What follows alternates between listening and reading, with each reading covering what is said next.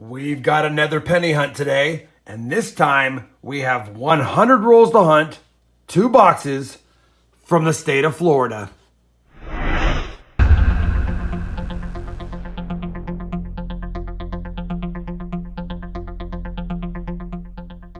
Hey everybody, it's Rob with RobFindsTreasure. That's right, we've got a 2-box penny hunt this time. This was a penny box trade with Jinx Brothers. So first and foremost, I want to thank Jinx Brothers for allowing me to hunt some boxes of pennies from the state of Florida.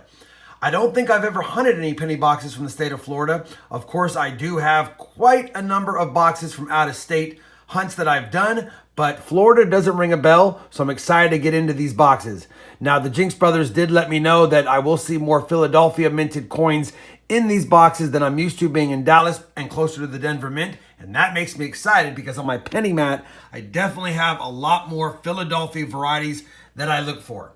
I'm also excited because I checked the end coins on the top side of these boxes, and on box 2, I did notice that we not only had a wheat cent ender right here, I saw a Canadian cent ender over there.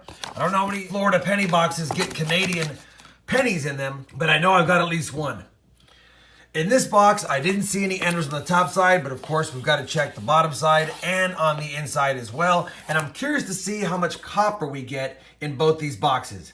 Now, my target for a good penny box is about 10 wheat cents in those boxes. Of course, anything north of 8 is a good hunt. Anything less than 8 is a tough one, unless there's a variety or some bright and shinies, or even an Indian Head cent. You guys know the drill. We're going to kick it off. We've got 100 rolls to hunt if I can get the first one out. And as always, I'll bring you in on each and every find I encounter along the way. Fingers crossed for 20 wheats, praying for a variety. Let's get going. We're off to a good start because I just grabbed roll 1, set it down like you saw, cracked it open, flattened it out, and out in the back popped a wheat cent. So roll 1 is going to have 1 wheat cent already, and we're already on the board. Wheat cent looks like it's in pretty good shape, probably the 50s, maybe the 40s. And it is a 1945 wheat cent, and even though it's brown, pretty good detail. Minted in Philly. Roll number 6, wheat cent number 2. Reverse facing, 1944. Roll number 8 is going to produce our 3rd wheat cent, and it's forward facing. So I got to see that it was a 1944 Philly with some damage. We'll take it though. 3 wheat cents already. Not even done with 8 rolls yet. Roll 9, wheat cent 4. Got some wax or something on it. But it is a pretty nice 1949 on the obverse. Wow, not too bad a shape. Probably been preserved with that wax where it was on it, but either way, it's got pretty good detail, and I'll take a 49 Philly in that condition all day, and more importantly, 4 wheat cents already, all 4 in the 40s. Roll 18 is going to produce our first Canadian cent of the hunt. Of course, we have the ender in that box, but this one's going to be a 1987. Roll 21, wheat cent number 5. This one's going to be 1946 Denver. 44, 45, 46, and 49. We're on roll 31, and I didn't mention it earlier, but I'm finding a lot of either catch-up coins or clean coins that are copper and zinc in this box, probably about 5 to 10% of the rolls. I didn't think that I would find a wheat cent that has been cleaned, but we did. 1953D, and this one's been soaked in some kind of acid, whether it's ketchup or lemon juice or who knows, but it's unfortunate that somebody thought they would brighten up their coins or tumble them, and especially when it's a wheat cent. But it is our 6th of the box. It is good to see a wheat cent. We had gone quite a few rolls without one, but now we have found one. Let's get back to the hunt, see how many more we get. Roll 35, our 2nd Canadian of the box. This one's going to be 1968. Just 4 years off of being a laureate portrait or young head. Roll 39, wheat cent number 7. 1958 Denver. 2nd from the 50s. Roll 40, very next roll, another wheat cent from the 50s facing us. This one's going to be a 1951 Denver. That's our third from the 50s to go along with 5 from the 40s. Same roll, and we've already found one wheat cent. We have 2 more because when I slid this one down and noticed it was in the 40s, I have the reverse of another one. So this will be number 9, and it's a 1944 Philly. And this one is going to be number 10, and it's a 53D, which I will just quickly check for the RPM, and there's just damage. I don't see an RPM, but nice to have another wheat cent. Roll 41. Wheat cent number 11 right here. Reverse facing. 54 Denver, I believe. Let me just double check. Yeah, 54 Denver. We'll take it. 11 wheat cents. Same roll, and we're going to have an older Canadian, and by the reverse, I can see it's a 1940, so that's going to be a King George VI. Can't get mad at finding an old Canadian cent in the box. Good detail. Love it. We'll add that to the board. 3 Canadians in Florida. 1 being old. Just grabbed roll 43 out of the box and flipped it around, and I took a little peek because I saw a 195, and I think it's a 56D, but I'm not 100% sure. Hopefully it's not a 59 and I'm wrong, but let's take a peek. That wheat cent ender is confirmed. It is a 56D, and we'll just check it really quick for any of the RPMs, which I don't see, but another wheat cent, which makes 12. Roll 45, and we already have wheat cent number 13, so it's time to get out our aprons because that's a baker's dozen. 1957 Denver. Roll 46, and we now have our 14th wheat cent of the box. 1944 again. Same roll, and just a few coins later, wheat cent number 15 will provide our oldest find of the box, our first from the 30s. 1939 in pretty good shape. We'll take that one. 15. Will we hit 16? Well, 16's in the bag because in roll 47 near the end of the roll, we've got a darker wheat cent, and it does look pretty slick. This looks pretty slick. I'm going to guess this is going to be an old one. And it is an old one. Is that 20 or 29? I think it's 1920. Let's take a look. It is hard to see, but that is definitely a 1920, and I don't know if that's a Denver mint mark or just damage. But either way, it's definitely an oldie. 1920. Definitely the oldest wheat cent of the box. In terrible shape. Wheat cent 16. Well, this box is getting extremely hot, and I hope it continues into this box because in this roll number 48, we have a wheat cent there and 2 more wheat cents just a few coins later. I don't see any other at first glance, but we've got 3 more for 17, 18, and 19. This one, 1947, I believe. Yeah, 1947. The next one, 1955. We got to check that for the DDO, of course. And it is not. That would have been epic. But I'll still take a 1955p. And the final one is, looks like 41. 1941, Philadelphia. Wow. 19 wheat cents.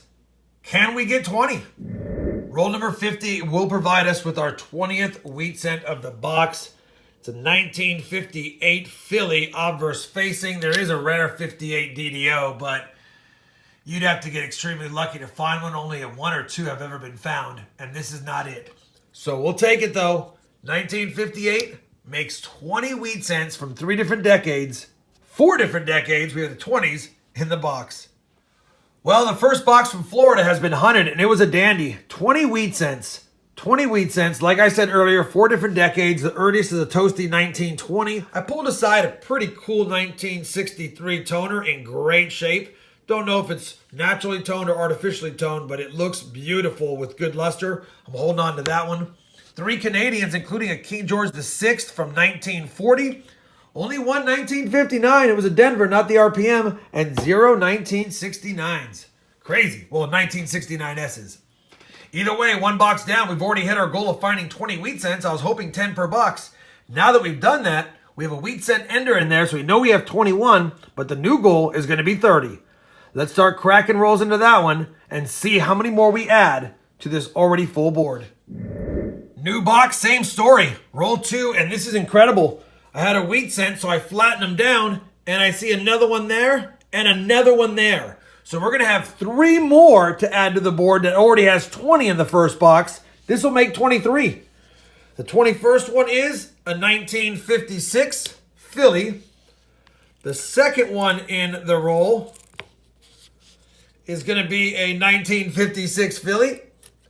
And the third one will be a 1936 Denver. Had it been a 36 Philly, I could have checked for the DDO, but it's a 36D, and that now is the second oldest of the box and second from the 30s. 23 wheat cents through 52 rolls. Roll number 7, wheat cent 24 of the hunt, fourth of the box. 1939, Philadelphia. Roll number 9, and as an FYI, roll 10 will be the wheat cent ender, but we've got a Canadian here. Our fourth of the hunt, and a 1971 to boot. We're on roll 10. That wheat cent ender went ahead and cracked open the roll to save a few seconds here, and it's going to be a 1930-70. A lot in the 30s. Can't get mad at that. 5 wheat cents for the box, 25 overall. 3 of the 5 are from the 30s. Roll 11, Canadian number 5. It's more of a modern one. It's going to be 1987. But that's our 5th now out of 61 rolls. Same roll as the Canadian, and we're going to have wheat cent 26, or 6th of the box. And it's a 1941 Philly in decent shape. Roll 16, Canadian cent number 6, 1993. Roll 21 on the box, and it started to cool down, but we will have our 27th wheat cent, 7th for the box, and it's a 52 Denver. Roll 24, wheat cent number 28, 1951 Denver. Same roll, wheat cent 29, 1953 Philadelphia. Roll number 30 will ironically provide us with wheat cent number 30, and judging by the reverse, this could be another oldie. Maybe the 30s or 20s, maybe older. And it's a 1920. Is that a 26 or a 20? It's a 1920S.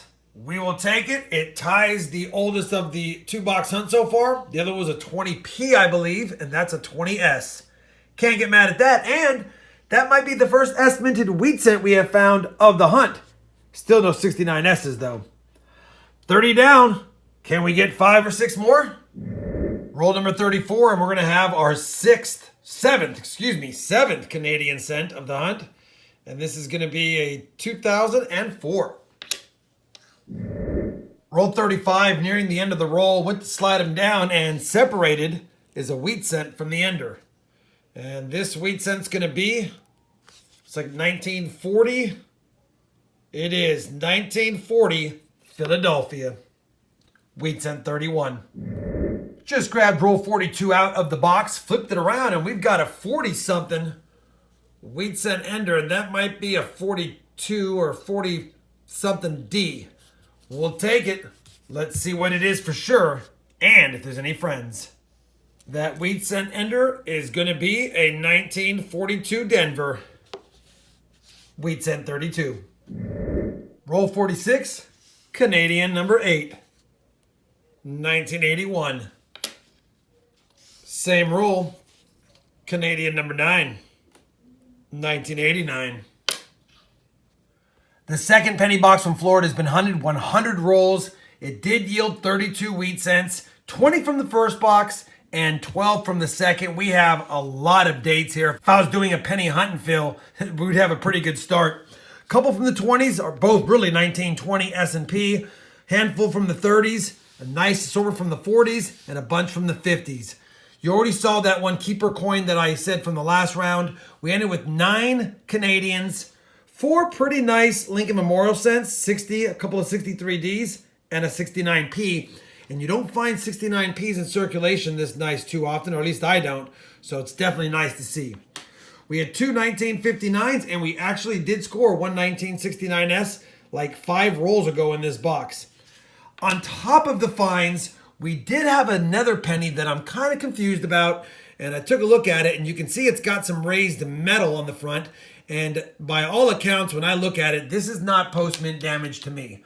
Let me put it under the scope, and you can see clearly it looks like there's damage there, like it could have been damage, but based on the way that it is and the straight line that it is, I feel like it's potentially a die crack, like a split die right down the center, and this is the raised parts of the planchet that failed to make contact with the die. The parts that did make contact look like they struck some of the letters over it, but it's hard to tell. Either way, it's consistent with a cracked or split die. That's the only thing that's a little bit misleading there, is the planchet's not raised at the end, it's sunken a little bit. It's not a strike through. If it was a struck through something, then it would be recessed, not sitting above the strike. So I don't know. I'm not an expert on split dies or cracked dies, but I'm going to say it's a cracked die, and one that I'm going to hold on to because it's definitely interesting regardless.